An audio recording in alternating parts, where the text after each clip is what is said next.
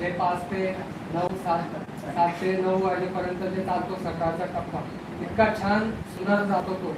नामस्मरणाच्या तंद्रीत चालणं होतं आणि म्हणजे इतकं पहिल्यांदा 1-2 दिवस वाटतं, पण नंतर शरीर इतकं हलकं होत जातं की रमत गमत आपला प्रवास होतो. म्हणजे जो काय पदयात्रेचा शिलवटा असतो तो कधी कधी भासत पण नाही. मी आपले जे वारी व्यवस्थापक बसले तिथे श्री साखरे काका, त्यांच्या शेजारी दुसरे वारी व्यवस्थापक आहेत, त्यांच्या मदतीला प्रकाशजी सापरा, त्याच्यानंतर आपले वारीचे सर्व कुलसेंगे सर त्यांच्या शेजारी वारी प्रमुख, महिला वारी प्रमुख कुंदाताई शिंदे आणि आणखी एक वारी प्रमुख येत आहेत आपले डॉक्टर संजय पांडे, थोडे 15-20 मिनिटांनी येणार आहेत. तर मी सरांना विनंती करतो की आपल्या पदयात्रेचं कार्यक्रमाचं स्वरूप आणि काही सूचना असतील, काही नवीन बदल असतील तर ते आपण पदयात्रेसोबत त्यांनी शेअर करावे. जय गणेश. अनंत कोटी ब्रह्मांड नायक महाराज योगीराज परब्रह्म सच्चिदानंद भक्त प्रतिपालक सेवाव निवासी समर्थ सद्गुरु श्री गजानन महाराज की जय. नर्मदे.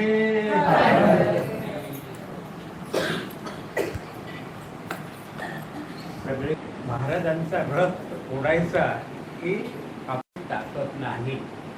तुम्ही जे काही अध्यात्म करताय, जे काही साधना करताय, तुम्ही किती दृढतेने त्यात इन्व्हॉल्व होताय याच्यावर ते सर्व अवलंबून असतं.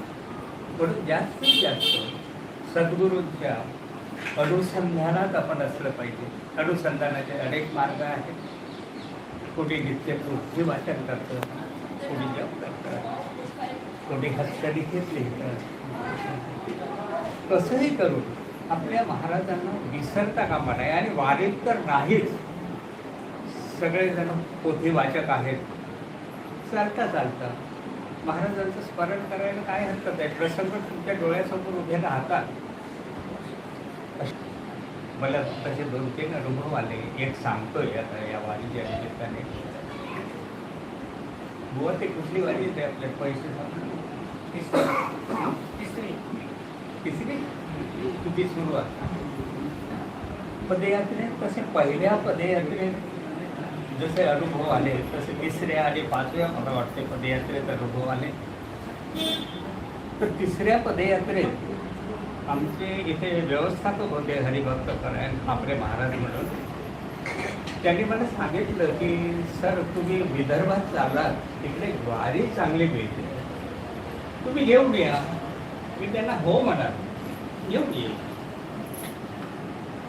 आणि आमचं सकाळचा नामस्मरण वेळ संपला, चहा वगैरे घेतला आणि मग चालू झाल्या गप्पा म्हणजे आमच्या गप्पा म्हणजे महाराजांच्या संदर्भात किंवा मंदिराच्या संदर्भात. ते पण एका मंदिराचे ट्रस्टी होते घाटकोपरच्या.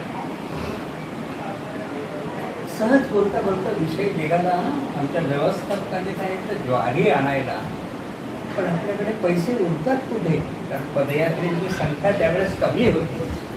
जवळजवळ 48 लोक होतो आम्ही 3ऱ्या पदयात्रेच्या वेळेस. काय करायचं म्हणजे किती आश्चर्य आहे बघा. अध्यात्मात आपण आहोत, पण आपली श्रद्धा कुठे कस खाते. हा प्रसंग लक्षात ठेवा पालखी मॅडम, हा प्रसंग लक्षात ठेवा की आपण साधनेत असताना सुद्धा हा विचार मनात यावा, अरे पैसे कुठे आहे माझ्याकडे. महाराजांनी ते आणि सगळ्यात शेवटी आपले व्यवस्थापक बोरुडे बुवा रमत गमत चालत यायचे. त्यांना कवितेचा छंद आहे थोडा. असं येत असताना त्यांना एक 50 रुपयाची नोट मिळाली. ते त्याने फोल्ड केली, 2 फोल्ड होत्या, टी-शर्ट ठेवली. थोडे पुढे आले ते आणखी एक 50ची नोट तसेच फोल्ड केली. जवळजवळ 1.5 किलोमीटरच्या टप्प्यात त्याने 15 नोटा उचलल्या, दोन्ही खिशात टाकल्या आणि खूप आनंद वाटला त्यांना. आणि एक भली मोठी शेवग्याची सेम मिळाली की त्याने तलवारीसारखी घेतली आणि रमत गमत आला. सगळ्या शेवटी आला अर्थात तो. आम्ही त्या मंदिरात बसलेलो हा त्या स्वामींच्या मंदिरात दुपारचं जेवण असतं तिथे बसलेलो होतो मी आणि चिपळूणकर. आला जवळ, सेम माझ्या हातात दिली आणि दर्शन घेतलं. काय बाबा असं काय आज विशेष काय आहे? सकाळी दर्शन घेतो ते ठीक आहे, आता काय प्रयोजन आहे? हात पुढे करा मला. हात पुढे गेले, दोन्ही खिशातून नोटा काढल्या आणि माझ्या हातात टाकल्या. आमचं शारलं, डोळ्यातून अश्रू आले. अरे महाराजांनी आपली ज्वारीची व्यवस्था केलेली आहे म्हणून चुकूनही असं बोलू नका की महाराज कसं आपल्या करतात हे आपल्याला जाणीव पण होत नाही. मग त्या घटनेपासून आजपर्यंत कधीही कोणाकडे हात पसरलेला नाही, कधीही नाही. आता मंदिराला जवळजवळ 30 वर्ष होत आहे, 30-31 वर्ष, आणि आपल्या वारीलाचं हे 24वं वर्ष. कधीही कोणाला काहीही मागितलं नाही, तरी कमी गेलेली रक्कम त्याची पूर्तता महाराज करतात. म्हणजे पदयात्रा आमची महाराज चालवतात, मंदिरांचं महाराज चालवतात. मंदिर आतल्या भागाला आहे, मंदिरात फारसं उत्पन्न नसतं, साठी वर्दळ जरी नसली तरीही जवळजवळ 12 ते 14 हजार रुपये दर महिन्याचा खर्च कसा होतोय ते मी व्यवस्थापक म्हणून अजूनही मला कळलेलं नाही. पण कधीच काही कमी पडत नाही. ते कशामुळे? आमची श्रद्धा महाराजांच्या खाली आहे, निष्ठा आहे. तीच निष्ठा घेऊन तुम्ही पदयात्रा करा. सगळ्यांची पदयात्रा पूर्ण होईल आणि माझ्या वतीने सगळ्यांना पदयात्रा यशस्वी करण्यासाठी शुभेच्छा आहे. आपल्या भेटीगाठी किंवा बरीचशी मंडळी नवीन आहे, हे सगळंच्या सगळं महाराज घडवत असतात. आपण भेटलो म्हणजे कुठेतरी वाचलं किंवा ऐकलं म्हणून नाही, हे महाराजांच्या प्रेरणेने होतं सगळं.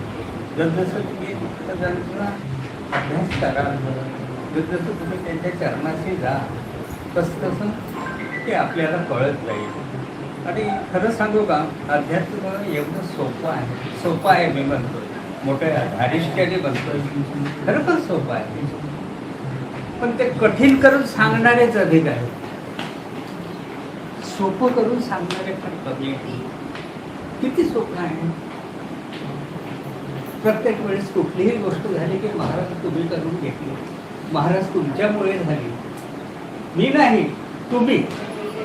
हा शरणागत भाव जर तुमचा निर्माण झाला की सगळी जबाबदारी महाराज, सगळी, अगदी आपला संसार सुद्धा महाराजचा.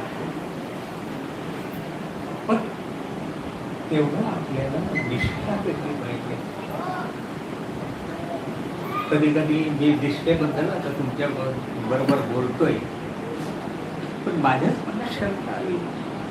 मी अक्षरशः रडलो त्या दिवशी, कारण जो माझा मंत्र आहे तो महाराजांनी दिलेला मंत्र आहे आणि तो शिवाचा मंत्र आहे. त्यावेळेस मी ऑफिसमध्ये होतो, एअर इंडियाच्या ऑफिसमधून बसून असताना सहज विचार आला, गजानन भक्त जय गजानन श्री गजानन गणगण गणात बोते ह्या मंत्राचा जप करतात. मग महाराजांनी मला शिवाचा मंत्र का दिला असावा? म्हणजे किती घोर अपराध आहे हा. खरं म्हणजे साधकाच्या दृष्टिकोनातून हा अपराध आहे. आपल्या सद्गुरू प्रति शंका येणं म्हणजे हे आली मला. पार्ल्याला जाण्याचा योग आला. पार्ल्याला एक ग्रंथ प्रदर्शन होतं, तिथे बरीचशी पुस्तकं नवीन नवीन होती. एखादं चांगलं पुस्तक ठेवू म्हणून गेलो होतो ऑन ड्युटी. तिथे बघितलं बरेचशी बेलसरेंची पुस्तकं होती. बेलसरींच्या पुस्तकं मला आवडतात, ती बरीचशी वाचलेली होती. त्यामुळे मला नवीन पुस्तकात घेण्यासारखं काहीच वाटलं नाही आणि निराशपणाने निघालो. तर एका खोक्यात काही रद्दी पुस्तकं ठेवलेली होती, जुनी पुस्तकं. त्यात वरच पुस्तक होतं, वर महाराजांचं चित्र असलेलं एक छोटे खाणे पुस्तक होतं. ते मुंडगाव संस्थांचं पुस्तक आहे आणि ते भरकन 5 रुपयात विकत घेतलं.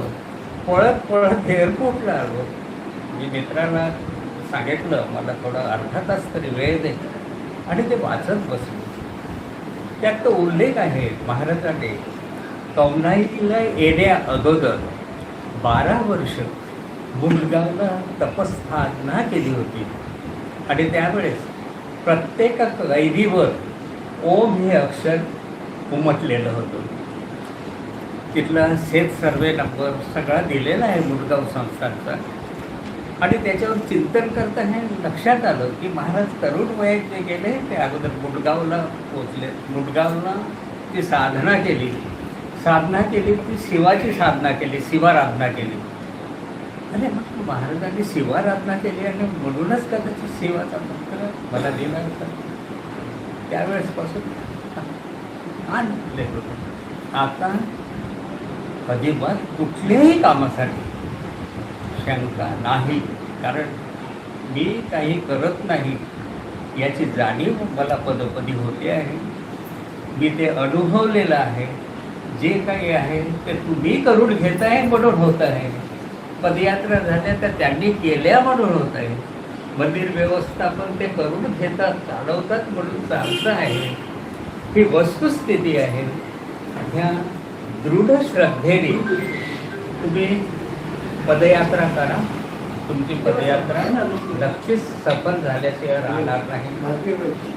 समर्थ सद्गुरू श्री गजानन महाराज वर्ष म्हणजे तसं बघायला गेलं तर 12 वर्षाचं एक तप असं म्हटलं जातं. 2 तप आपल्या पदयात्रेला झालेली ही म्हणजे वाटते तितकी सोपी गोष्ट नाहीये. एखादा आपले पदयात्री बाळकृष्ण दौड मी बाळकृष्ण दौड